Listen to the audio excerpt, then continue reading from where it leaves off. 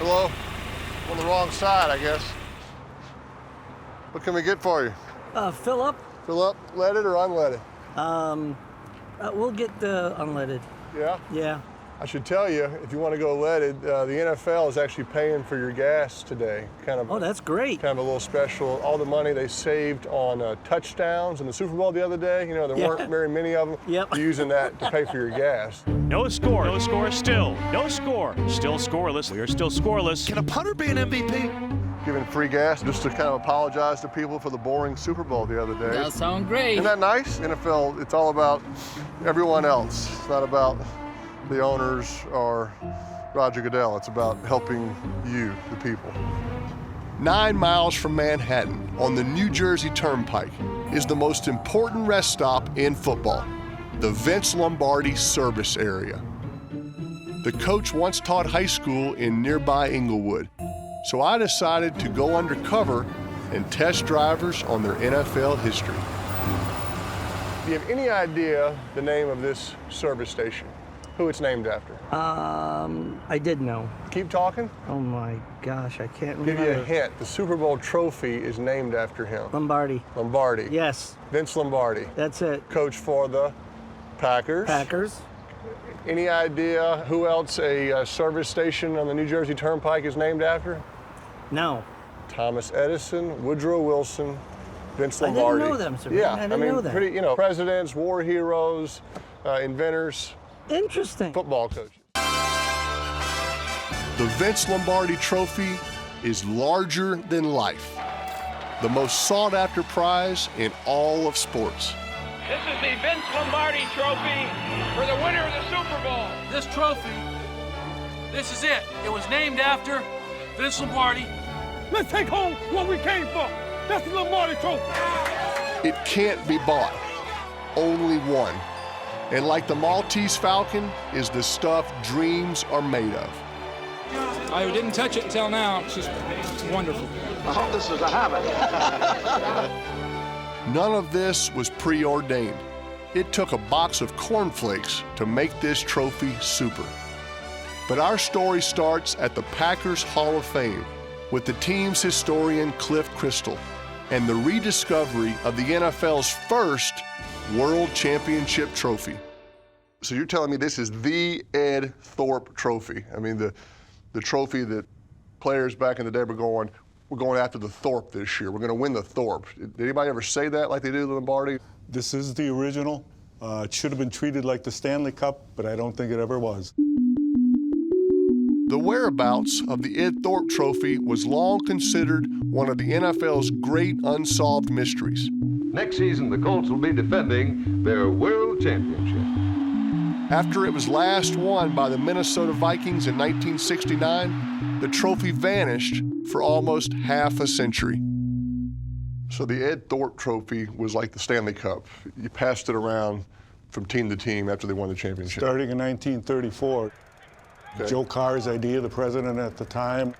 And the teams take it out drinking like they do the Stanley Cup, fill it up with beer, anything cool like that? No, because they didn't present it after the game. They presented it at the league meeting in the early years.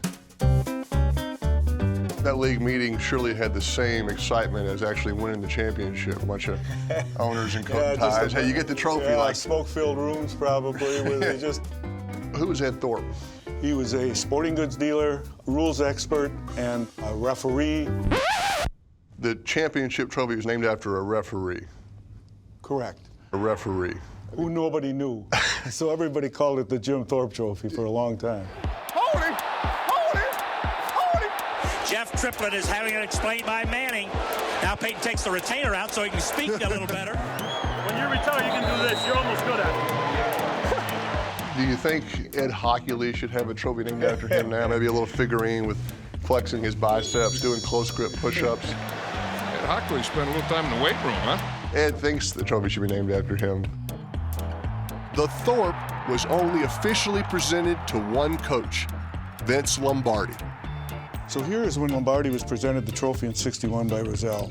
Rozelle hands it to him. They call it the Jim Thorpe Trophy in the story. He also was given an engraved putter, gold putter. Here's the picture of him holding up his putter, shaking it around at the banquet, big smile on his face. This was an afterthought when it was presented to him. I think that's a little more of a slap to the Thorpe. He valued a putter more than the actual trophy. So who lost the Ed Thorpe Trophy? Was it the Packers? Was it the Vikings? I don't believe the Vikings ever had it. And when it came back in '65, there was no presentation. The Green Bay Packers, once again, are the world champions of pro football. Nothing in the newspapers that the trophy had been returned. We don't know how we got it back.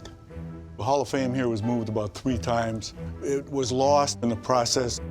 Tell me how you guys found it. In the storage closet. Actually, it was in 3 different parts and So 3 different special. 3 different parts in 3 different places, and that was probably for 30 years. So how did we get the Vince Lombardi Trophy? This is the Vince Lombardi Trophy. What's at stake for these two teams? This trophy right here. This one's for John. It all began with a box of cornflakes in Irvington, New York. So I talked my brother into borrowing something from his office. Pete, I don't know if this is such a good idea. It's not like it's the only one you have. Well, why couldn't you bring one of yours? This is where the trophy was born. I just wanted to see its original home. What's so wrong with that? All right, this is it. Get the trophy. Meet Eli's coworker, Pat Hanlon, the Vice President of Communications for the New York Football Giants. Please tell me you have some cornflakes in here. A lot of them, a lot of them. Good, good. Yes. Pat, I've been doing some research and came to find out that the Lombardi Trophy was actually made and discovered right here by Oscar Riedner.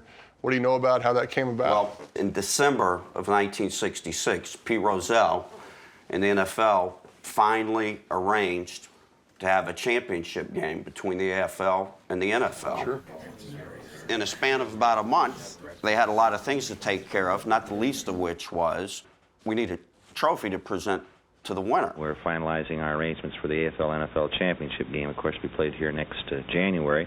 So Commissioner Rozelle, the head of Tiffany, and Oscar Riedner, who was the primary design person, had lunch. That was back when you went to lunch, you could probably have a martini or 3. Sure.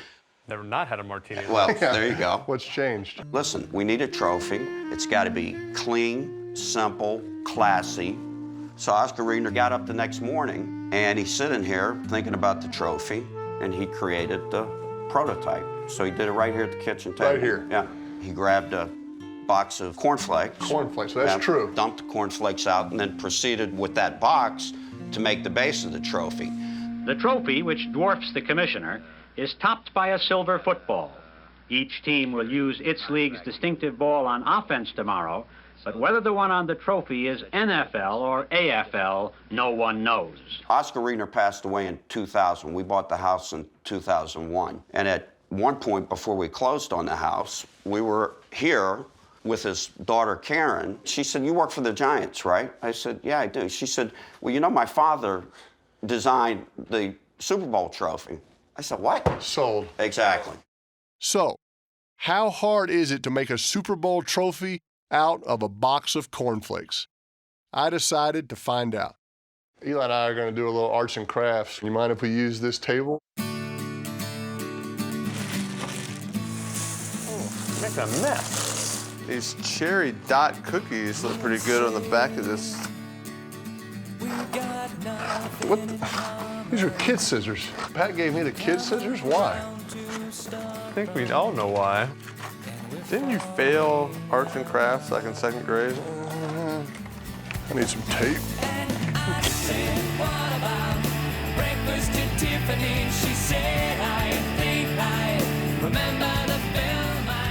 Have you ever looked at your Lombardi trophy? The one in Denver, the altitude's affected. It's a lot different shape. Good. Stop trying to mess mine up. I think you gotta use this thing a little bit more. What is that? Your serve time? See, I need a football. That's what I need. Are you not using any tape? Not that much.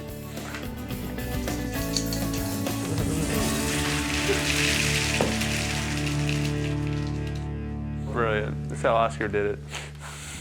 I need some milk.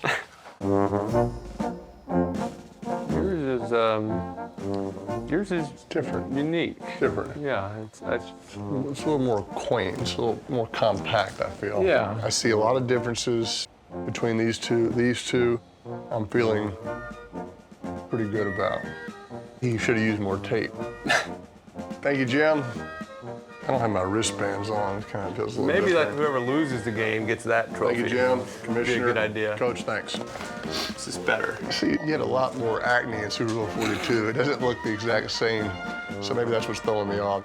Who are you talking to? Terry? Terry. I had Jim both times. His hair changed a lot between the two, but the trophy felt the same. I'm glad to bring this trophy back to Indianapolis. Pat, it's been great seeing where the Lombardi trophy was born. Thank you so much. I want to capture this moment. Get the trophy in there. It's in there. Your trophy looks like you're covering Pat's face, dog Eli. poo. You're covering Pat's face. We can't That's see a him. good thing.